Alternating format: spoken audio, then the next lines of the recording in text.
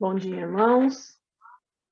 Que a graça de Deus, Pai e do Senhor Jesus Cristo estejam com vocês.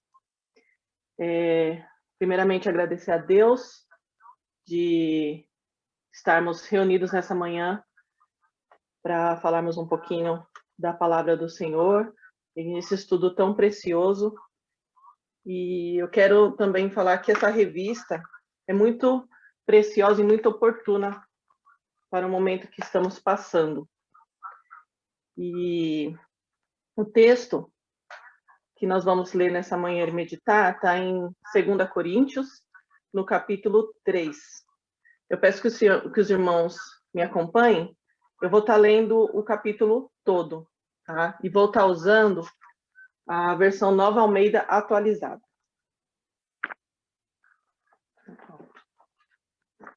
Então, 2 Coríntios, capítulo 3. O ministério da nova aliança. Estamos começando outra vez a recomendar a nós mesmos? Ou será que temos necessidade, como alguns, de entregar cartas de recomendação para vocês ou pedi-la a vocês? Vocês são a nossa carta, escrita em nosso coração, conhecida e lida por todos.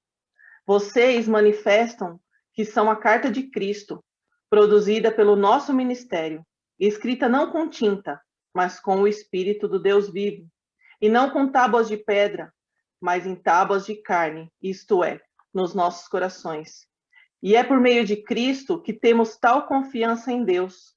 Não que por nós mesmos sejamos capazes de pensar alguma coisa, como se partisse de nós.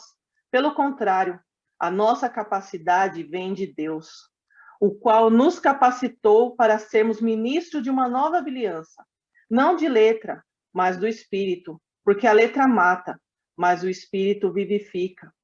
E se o ministério da morte, gravado com letras em pedra, se revestiu de glória, a ponto de os filhos de Israel não poderem fixar os olhos na face de Moisés por causa da glória do seu rosto, ainda que fosse uma glória que estava desaparecendo.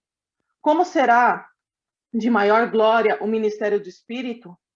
Porque, se o ministério da condenação teve glória, em muito maior proporção será glorioso o ministério da justiça. Pois, neste particular, o que era glorioso já não tem mais glória diante da glória atual, que é muito maior. Porque, se o que estava desaparecendo teve a sua glória, muito mais glória tem o que é permanente. Tendo, pois, tal esperança, agimos com ousadia. E não somos como Moisés, que punha o véu sobre o rosto, para que os filhos de Israel não pudessem fixar os olhos no fim daquilo que estava desaparecendo. Mas a mente deles se endureceu, pois até o dia de hoje o mesmo véu permanece sob a leitura da antiga aliança. Ele não foi tirado, pois só em Cristo ele é removido. Mas, até hoje, quando Moisés é lido, o véu está pronto sobre o coração deles, está posto sobre o coração deles. Quando, porém, alguém se converter ao Senhor, o véu é tirado. Ora, este Senhor é o Espírito, e onde está o Espírito do Senhor, aí há liberdade. E todos nós, com o rosto descoberto, contemplando a glória do Senhor, somos transformados de glória em glória na sua própria imagem, como pelo Senhor, que é o Espírito. Assim diz a palavra do Senhor. Irmãos, foi muito importante, eu creio que em todo o processo dessa revista, em todos os estudos, é muito importante a leitura da semana. Então, nessa aula de hoje, nós vamos praticamente falar um pouco de todos os textos que foram mencionados na revista, tá?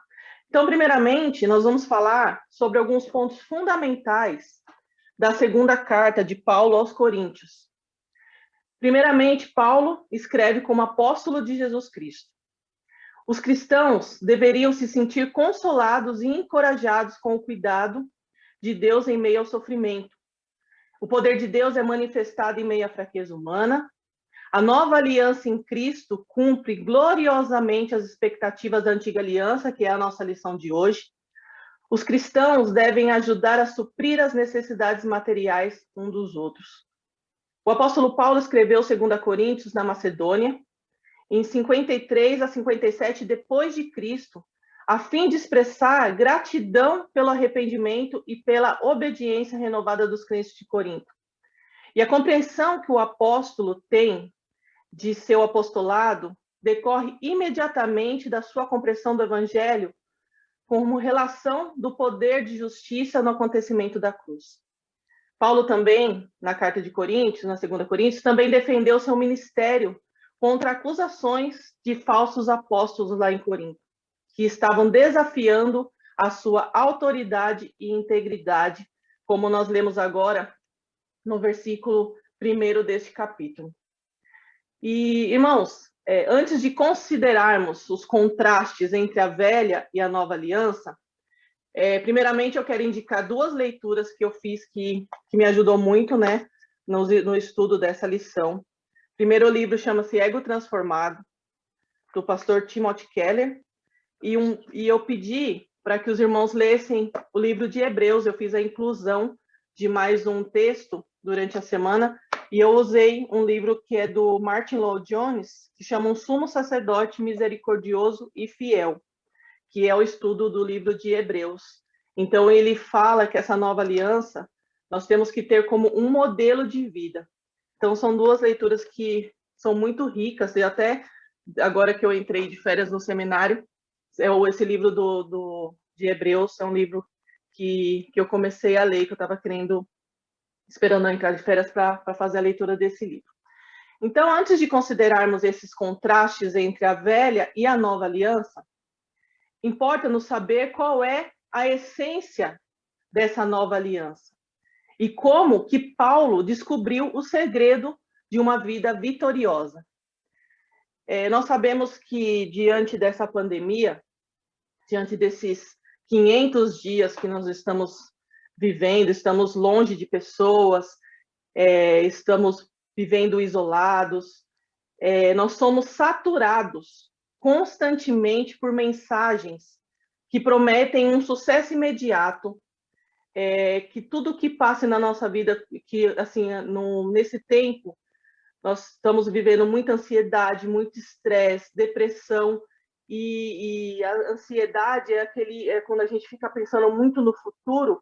Então, assim, muitos coaching, não tenho nada contra, só estou falando, né, o que são os nomes modernos na era contemporânea. Então, que prometem sucesso imediato, que acabam, tudo é imediato. São livros de autoajuda, são palestras de autoajuda. Se vocês forem no YouTube, é o que nós vamos mais encontrar hoje.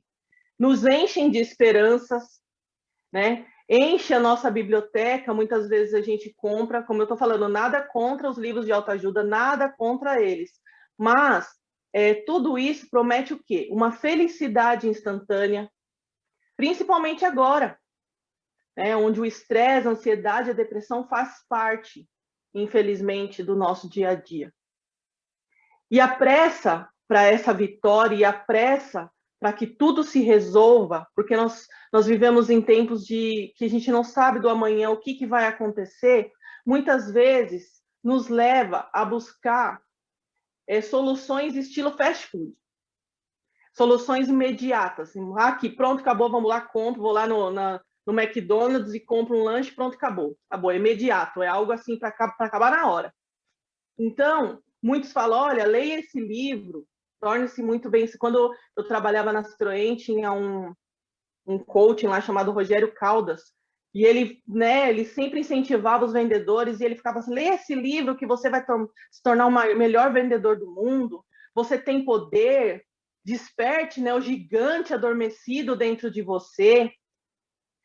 Quando eu fazia terapia, há 1 ano mais ou menos, a psicóloga, em todas as sessões, falava para mim, Tati, você precisa pensar em você. É só você que importa. É só você, você, você, você. Então, com a tentativa do quê? De aumentar minha autoestima. Confesso que para mim foi muito bom a terapia. Me ajudou muito em vários aspectos. Mas o que chamou a atenção nessa semana que eu estava fazendo estudo dessa dessa revista, enfim, desse tema de hoje, o que me chamou a atenção foi que só ela falava de mim. O que só importava era somente eu. O que só importa é você. Só que nós temos que ter em mente, nós, como convertidos em Cristo, que o eu não pode existir. Uma vez que fomos crucificados com Cristo, não vivemos mais para nós mesmos. Em Gálatas 2:20, nós vamos ler muito, irmãos, vamos ler muito, vamos falar bastante de textos bíblicos nessa aula de hoje. Gálatas 2:20 diz assim: fui crucificado com Cristo. Assim, já não sou eu que vivo, mas Cristo que vive em mim. A vida que agora vivo no corpo, vivo pela fé no Filho de Deus, que me amou e se entregou por mim. Nesse livro, um dos livros que eu indiquei agora, Timothy Keller, nesse livro Ego Transformado, ele diz que a humildade do Evangelho mata a necessidade que tenho de pensar em mim. A humildade baseada no Evangelho significa que não me relaciono mais com experiência e cada conversa com a minha pessoa. Na verdade, deixo de pensar em mim mesmo, que é o descanso bendito, que somente é o autoesquecimento de nós mesmos que nos oferece. Portanto, nós devemos parar com a nossa própria sabedoria e consultar a Deus através de quê? Das Escrituras, das nossas orações diárias, das nossas devocionais. E a questão nesse caso não é a autoajuda, mas sim a ajuda que vem do alto. E Deus fala conosco da pessoa de seu único filho. Somente Jesus pode dizer a verdade sobre nós mesmos. Somente Jesus pode dizer como devemos viver e somente Jesus pode nos contar sobre a eternidade que nos espera. Em Atos, no capítulo 4, verso 12, diz: E não há salvação em nenhum outro, porque debaixo do céu não existe nenhum outro nome dado entre os homens, pelo qual importa que sejamos salvos. E o apóstolo Paulo contraria toda essa enxurrada de conceitos humanistas. Isso nós veremos ao longo do nosso estudo de hoje. O apóstolo Paulo, ele compreende que tudo vem de Deus e nada dele mesmo. E esse é o segredo da nova aliança. Então, peço que os irmãos peguem a sua revista. Eu não vou ler a revista toda, eu só destaquei alguns pontos aqui. Então, nós vamos ler o início somente. Eu peço que vão acompanhando e nós vamos conversando ao longo do estudo. Então, vamos lá. Em vários setores da vida, é comum a existência de acordos entre partes interessadas em objetivos comuns. Nesses acordos, há responsabilidades mútuas entre as partes, as quais precisam ser cumpridas e respeitadas. Na antiguidade, já havia relacionamentos assim. Eram chamados de alianças. Até o relacionamento de Deus eterno com seu povo é chamado de aliança. O tema aliança é um dos mais importantes de toda a Bíblia. A aliança é um acordo especial entre Deus e o povo que ele mesmo escolheu para servir. Então, irmãos, primeiramente, qual é o conceito de aliança ou pacto? Uma aliança significa a união entre duas pessoas ou mais entidades em prol de um objetivo comum, podendo ser entre pessoas, empresas, sociedades ou países. E é um conceito de importância fundamental nas Escrituras, conforme nós lemos agora. E no Antigo Testamento, o pacto ou aliança se iniciava com uma declaração de Deus do tipo: estabelecerei meu pacto ou minha aliança. E nesse sentido, o pacto é unilateral e reflete o caráter incondicional da eleição de Deus por seu parceiro. A essência do pacto de Deus, especificamente com Israel, é resumida na promessa do tipo: eu serei o seu Deus e vocês serão o meu povo.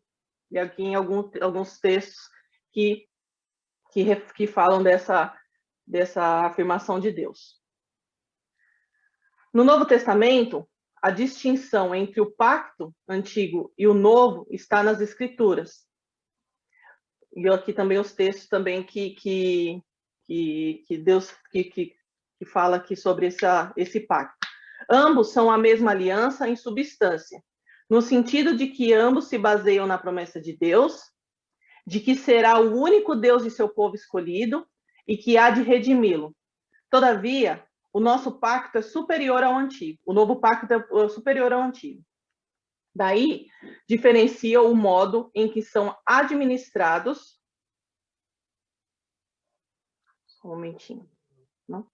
Os pactos são administrados por Deus.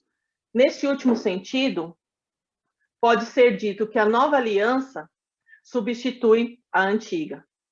Os grandes eventos da vida de Cristo são relacionados ao novo pacto, desde o seu nascimento, seu reino e ressurreição, a ceia do Senhor e a cruz. E ele é o mediador do novo pacto e a fonte de todas as bênçãos da nova aliança. Então, a fonte que foi retirada desses conceitos são o Novo Dicionário de Teologia. Então, irmãos, obedecer às leis de Deus era o requisito para que os israelitas permanecessem sob sua aliança. Então, rapidamente, Israel quebrou as leis de Deus, e isso, posso dizer aos irmãos, que não surpreendeu a Deus. Por quê?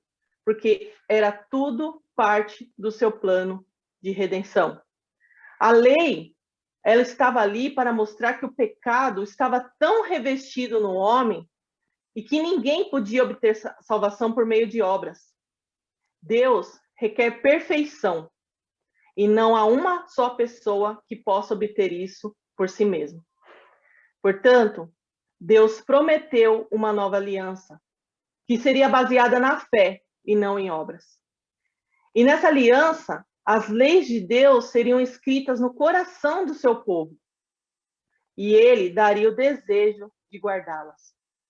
Na leitura durante a semana, nós lemos o texto de Jeremias, do verso 31 até o verso 40, onde Deus falou da nova aliança.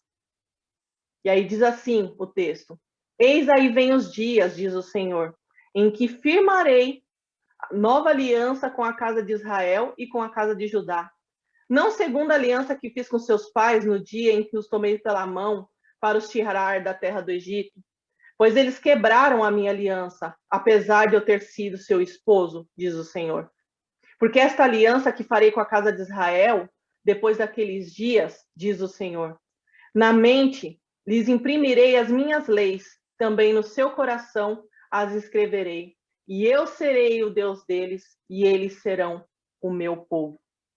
Entretanto, Jeremias não recebeu todos os detalhes dessa nova aliança. Mas nós, lendo o texto hoje, nós sabemos que essa nova aliança só é possível através de Jesus Cristo. A antiga aliança, ela exigia que o povo de Deus guardasse perfeitamente as leis. E outro ponto muito importante disso tudo, e que não podemos esquecer, é que a lei do Senhor, ela é absoluta. Ela é absoluta. Então, alguns dizem, principalmente, e a gente nunca ouviu tanto como nós estamos ouvindo hoje, algumas falas, principalmente nessa era contemporânea. Nós não cremos na lei, nós cremos em Jesus. Nós não cremos lá no Monte Sinai, mas nós cremos no amor de Deus em Cristo, o Deus de Jesus. Mas eu quero dizer uma coisa, e todos os irmãos sabem muito disso. Jesus, ele não veio para abolir a lei. Ele não veio. Lá em Mateus, no capítulo 5, do verso 17 a 18, Jesus diz: Não pensem que eu vim abolir a lei ou os profetas. Eu não vim para abolir, mas para cumprir. Digo-lhes a verdade, enquanto existirem céus e terra, de forma alguma desaparecerá a lei, a menor letra ou o menor traço, até que tudo se cumpra. Todo aquele que desobedecer a um desses mandamentos, ainda que dos menores, e ensinar os outros a fazerem o mesmo, será chamado menor no reino dos céus. Mas todo aquele que praticar e ensinar esses mandamentos será chamado grande no reino dos céus. Pois eu lhes digo que se a justiça de vocês não for muito superior à dos fariseus e mestres de lei, de modo nenhum entrarão no reino dos céus. Então, irmãos, a lei ela foi dada por meio de Moisés. E essa era a lei de Deus, perfeita e absoluta. Portanto, ela ainda permanece.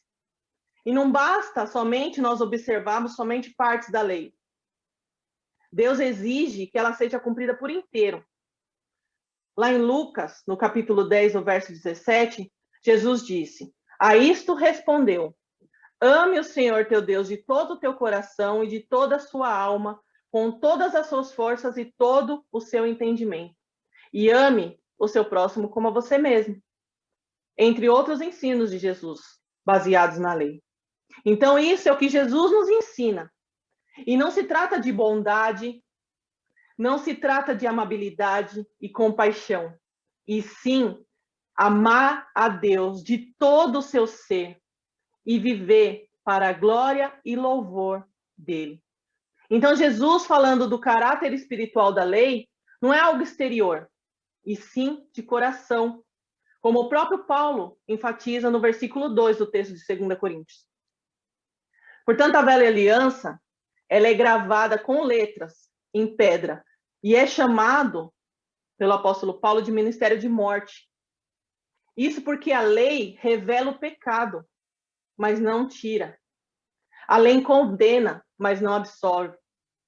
Mas o problema, irmãos, não é a lei, porque a lei ela é santa, justa e boa. Lá em Romanos 7, do verso 12 ao verso 14.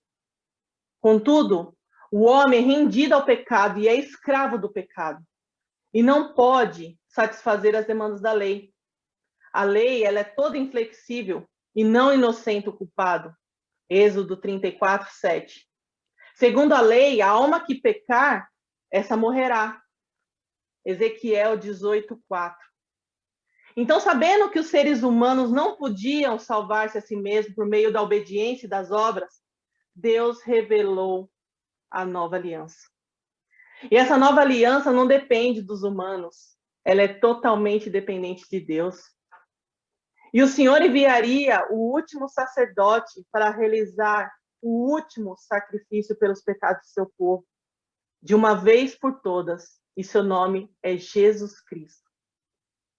Já que a nova aliança está firmada somente em Jesus, ela é uma aliança eterna.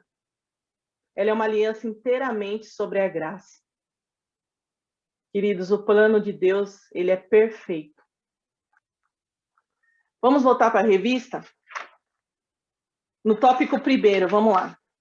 A nova aliança é superior à antiga. O texto é bastante claro em afirmar que a nova aliança é superior à antiga pelas seguintes razões.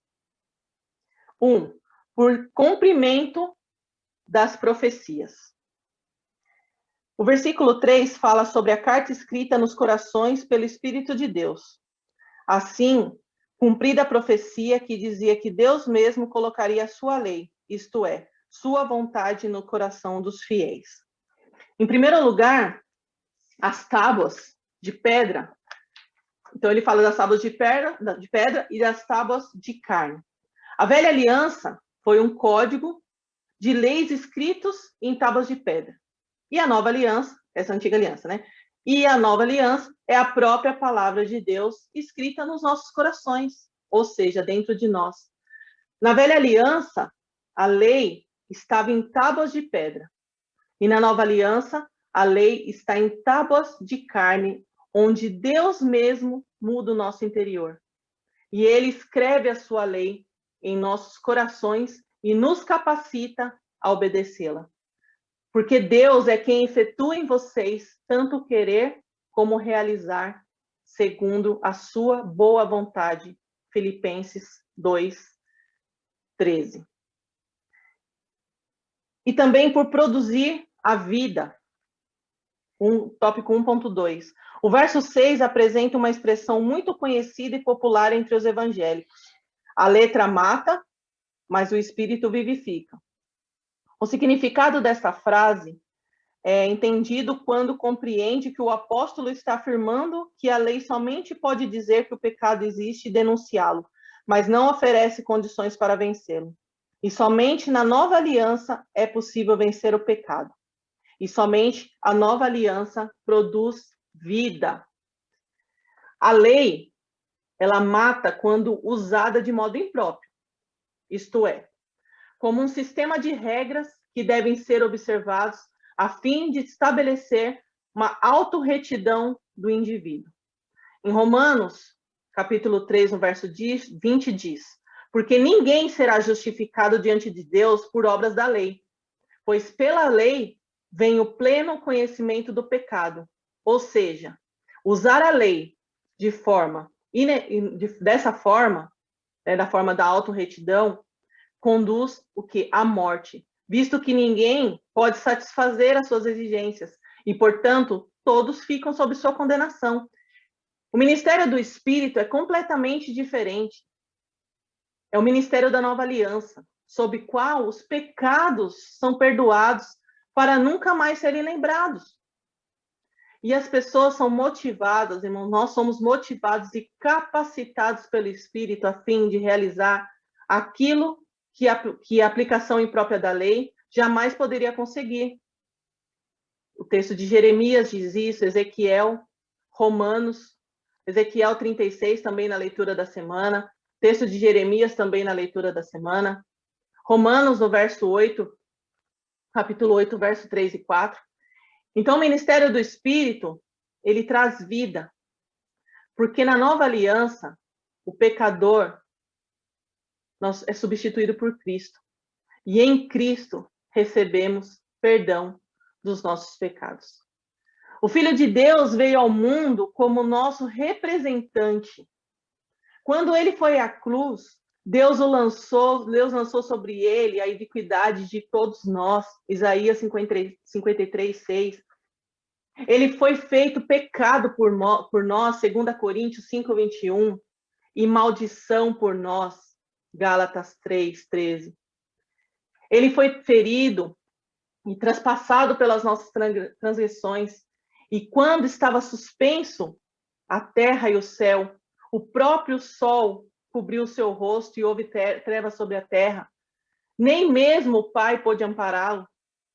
Naquele momento, ele bebeu sozinho todo o cálice da ira de Deus contra o pecado.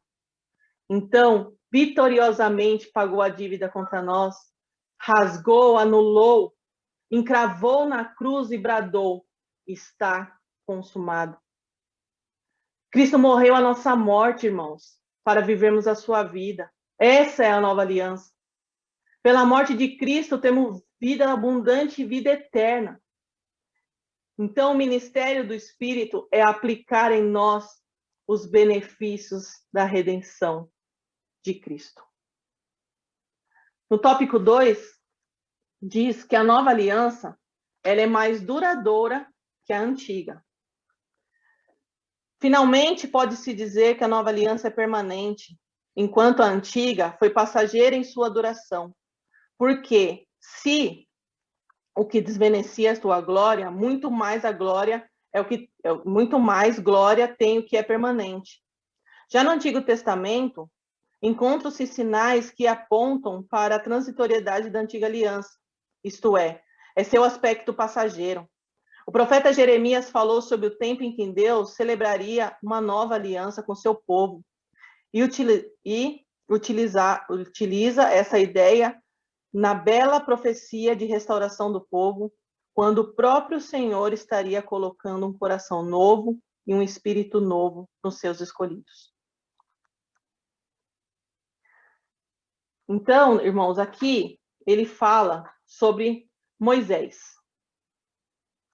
Então, o que esse texto fala? Quando Moisés desceu lá do Sinai, ele passou 40 dias diante do Senhor. Então, Deus se revelou a ele. O monte tremeu pela manifestação da glória de Deus e ele recebeu das mãos do Senhor as tábuas do testemunho. Então, ele fala assim, em duas versões na Nova Almeida Atualizada e na versão aqui do João Ferreira de Almeida também, na corrigida, ele fala que Deus revelou as tábuas do testemunho. Com certeza, foi um tempo glorioso para a vida de Moisés. Só que quando ele desceu do monte, o seu rosto estava brilhando. O fulgor da glória de Deus resplandecia em sua face. E ninguém podia olhar para ele por causa do intenso brilho que estava na sua face. Então Moisés colocou um véu sobre o seu rosto para que as pessoas pudessem se aproximar dele sem que seus olhos ficassem toldados pela glória. Havia um fulgor divino resplandecendo em sua face. Contudo, com o tempo, o brilho do rosto de Moisés foi se desvanecendo e foi acabando. Só que Moisés não tirou o véu. Em alguns estudos diz que ele não queria que as pessoas soubessem a manifestação da glória de Deus tinha sido transitória, ou seja, estava acabando, e que seu rosto não brilhava mais. Então Moisés temeu que percebessem ter se apagado o brilho de sua face e continuou com um véu no rosto. E ele não precisava mais desse véu. Então, nesse texto, a princípio, o véu seria para proteger o quê? As pessoas, só que depois ele passou a servir de máscara para proteger Moisés, não deixando que as pessoas veem quando a glória do Senhor ia se desvanecendo.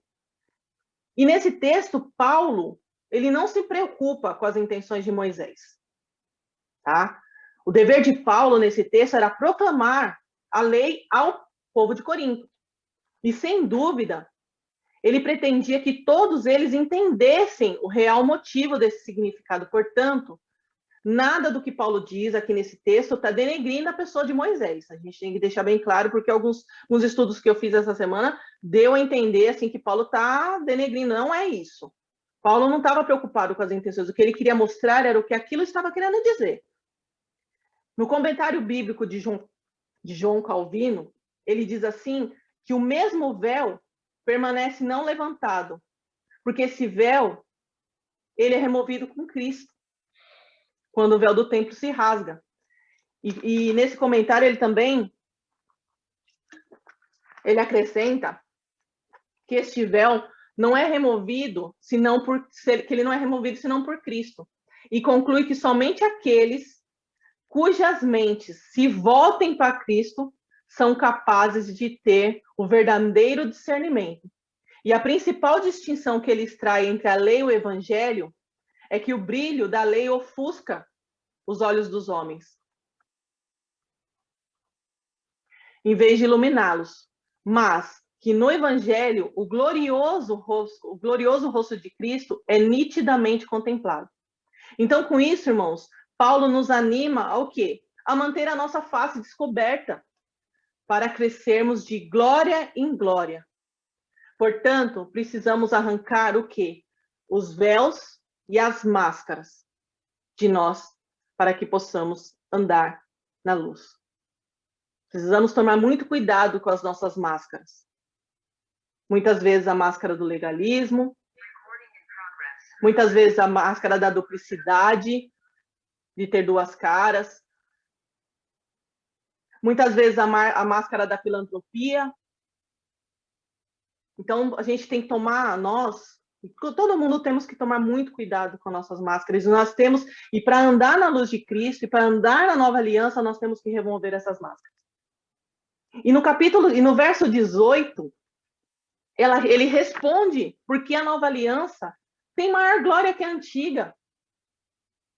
Ele diz assim, no verso 18: e todos nós, com o rosto desvendado, contemplando, como por espelho, a glória do Senhor, somos transformados de glória em glória, na sua própria imagem, como pelo Senhor, o Espírito. Então, esse versículo, ele é o ponto máximo desse capítulo. Na velha aliança, nós colhemos a escravidão, morte, condenação. Mas na nova aliança, nós somos convertidos e libertos, transformados progressivamente à imagem de Cristo. O véu, ele é retirado do nosso coração, ele é retirado do nosso rosto.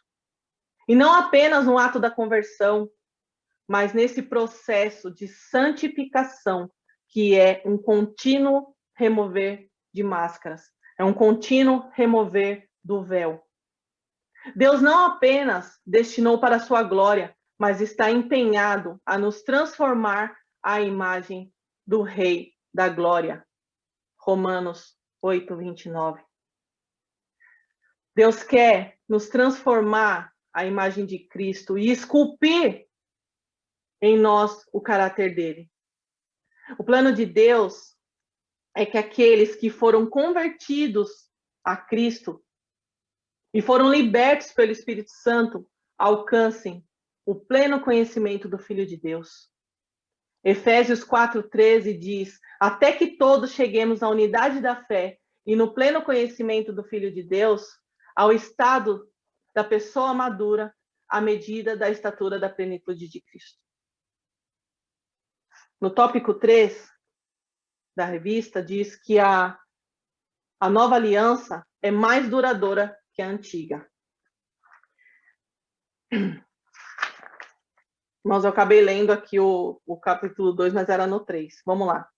Finalmente, dizer que a nova aliança é permanente, enquanto a antiga foi passageira em sua duração, porque o que se desvanecia teve sua glória muito mais e tem a glória permanente. Já no Antigo Testamento, encontra-se sinais que apontam a transitoriedade da antiga aliança, isto é seu aspecto passageiro. O profeta Jeremias falou sobre o tempo em que Deus celebraria uma nova aliança com o seu povo e utilizaria essa ideia de bela profecia da restauração do povo, quando o próprio Senhor estaria colocando um coração novo e um espírito novo nos seus escolhidos. O autor de Hebreus, ele interpreta essa ideia do Antigo Testamento dizendo que, de fato, a nova aliança realizada com Cristo é eterna. Por isso que eu pedi para os irmãos lerem Hebreus no capítulo 8. Então, a glória do velho pacto, ela é transitória, ou seja, cujo tempo é limitado ou pouco, que é passageiro ou que só dura um tempo. Mas nós não podemos esquecer que a lei, como expressão da vontade de Deus para a conduta humana, ela ainda é válida. Nós não temos que ser religiosos, mas a nossa conduta tem que ser de acordo com a lei.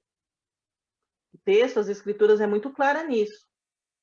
Então, de fato, Paulo diz que o propósito de Deus ao inaugurar a nova aliança do Espírito era exatamente este: que exigências justas da lei pudessem ser cumpridas nas pessoas que andam segundo o Espírito. Ou seja, se você anda segundo o Espírito, você cumpre a lei naturalmente. E não como os fariseus, você cumpre naturalmente. Isso é um processo de santificação.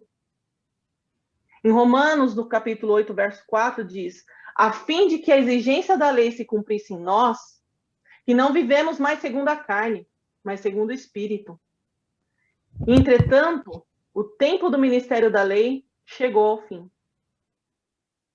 De maneira que a lei se tornou nosso guardião para nos conduzir a Cristo, a fim de que fôssemos justificados pela fé. Gálatas 3, 24. O pastor Hernandes Dias Lopes, ele diz assim, que a lei é como um raio-x, que detecta um tumor, mas ela não remove. A lei é como um telefonista, que ao pôr-nos em contato com a pessoa certa, se retira da cena. A lei, ela é transitória. Sua glória é desvanecedora. Quando nasce o sol, não precisamos mais ficar com a lamparina acesa. Paulo diz que a velha aliança é como um brilho no rosto de Moisés. Essa glória foi desvanecedora, pois o brilho do seu rosto apagou. A lei teve uma glória, mas uma glória desvanecedora. O brilho no rosto de Cristo, porém, é permanente, e esse brilho representa a nova aliança. Uma aliança permanente, mas revestida de glória. Irmãos, nós vamos ler nesse momento o texto de Hebreus, no capítulo 8. Só que eu vou fazer uma leitura diferente. Eu vou fazer uma leitura na paráfrase da Bíblia Mensagem. Então, se os irmãos forem acompanhar, vai ficar um pouquinho diferente, mas eu achei muito interessante da forma que o Eugene Peterson falou dessa nova aliança com Israel, essa nova aliança com o Senhor. Então, eu peço que os irmãos realmente me ouçam. Eu vou fazer a leitura do capítulo, é um capítulo pequeno, vou fazer a leitura do capítulo 8 inteiro do livro de Hebreus. Em essência, temos um sacerdote principal com autoridade na presença de Deus, conduz o culto do santuário verdadeiro construído por Deus. A tarefa do sacerdote principal é oferecer dádivas e sacrifício. Nesse ponto, não é diferente do sacerdócio de Jesus. Se ele estivesse limitado à terra, não podia ser sacerdote. Não precisaríamos dele, pois há um grande número de sacerdotes que podem oferecer as dádivas prescritas na lei. E esses sacerdotes, na verdade, apenas representam o que acontece no verdadeiro santuário do céu. Moisés teve um vislumbre dele na época que estava para edificar o santuário do tabernáculo. Foi quando Deus disse: siga exatamente o que você viu na montanha. Mas a obra sacerdotal de Jesus ultrapassa em muitos outros sacerdotes, pois ele faz parte de uma aliança muito superior. Se a primeira aliança tivesse funcionado, a segunda não seria necessária. Mas sabemos que a antiga aliança deixou a desejar, pois Deus disse: levante a cabeça, está chegando o dia em que eu vou estabelecer uma nova aliança com Israel e Judá. Vou deixar de lado a antiga aliança que estabeleci com o antepassado deles, quando os conduzi pela mão na saída do Egito. Eles não cumpriram a parte deles no acordo, por isso os deixei de lado. Mas a nova aliança que estou fazendo com Israel não será escrita no papel, não será esculpida em pedra. Dessa vez vou escrever a aliança neles mesmos e vou gravá-lo no coração deles. Vou ser o Deus deles e eles serão o meu povo. Não precisarão ir à escola para aprender de mim, nem comprar um livro do tipo Conheça Deus em 5 lições. Eles vão me conhecer em primeira mão, o pequeno e o grande, o comum e o importante. E eles vão me conhecer por terem sido carinhosamente perdoados, por terem a sua ficha de pecados apagada e limpa sempre. Então, na revista, irmãos, ele diz que são 2 implicações práticas na vida do cristão sobre a nova aliança que podem ser retiradas como ensinamento. As bênçãos de Deus são eternas, que é uma das principais características de Deus, a sua fidelidade, e o nosso compromisso com Deus é eterno. E concluindo, irmãos, a nova aliança é o ministério da justiça, porque o pecador é justificado por meio do sangue de Cristo. E Cristo, como nosso substituto, paga a nossa dívida. Sofre em seu corpo o castigo do nosso pecado e morre em nosso lugar. Não apenas paga a nossa dívida, dando-nos perdão, mas também põe em nossa conta a sua infinita justiça, de tal maneira que não há mais nenhuma condenação para aqueles que estão em Cristo Jesus. Romanos 8:1. A lei aponta o pecado, mas não remove. A lei é como uma lanterna. Ela clareia o caminho, mas ela não tira os obstáculos do caminho. A lei, ela é como um prumo, que identifica a sinuosidade de uma parede, mas ela não endireita a parede. Em Romanos 10:4 diz: porque o fim da lei é Cristo, para a justiça de todo aquele que crê. Nós vamos ouvir uma música do Adhemar de Campos que diz: porque o fim da lei é Cristo.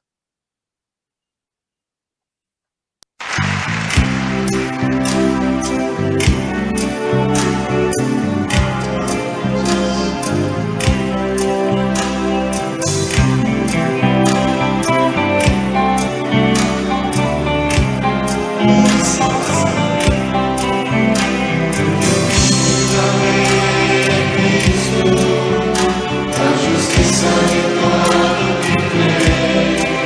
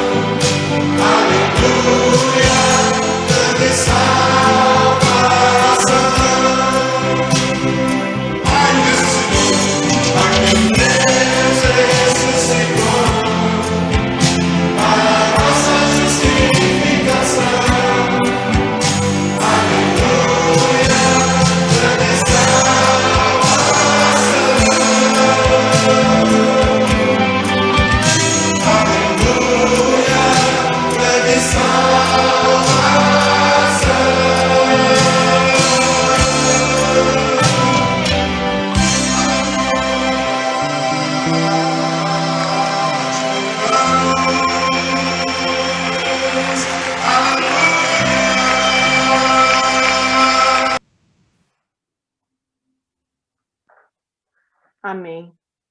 Porque o fim da lei é Cristo, para a justiça de todo aquele que crê. Irmãos, viver na nova aliança é viver com ousadia, pois é viver confiado a Deus e não mais a nós mesmos. Queridos, o Senhor Jesus está voltando. E crer nele garantirá a todos um acesso a uma alegria sem igual em sua glória. Creia no Senhor Jesus e será salvo. Simplesmente venha da forma que você está e perceberá que faz parte de um grande plano e propósito de Deus. E à medida que caminhamos com Cristo, ficaremos maravilhados. E isso é viver na força do Senhor. Não apoiados em nossas fraquezas, e sim com olhar para o alvo. E qual é esse alvo? É o nosso Mestre, Jesus Cristo de Nazaré. Que o Senhor possa nos abençoar. Mais uma vez, obrigada pela Márcia, pela Silvana, pela oportunidade de estar falando da palavra do Senhor. Amém.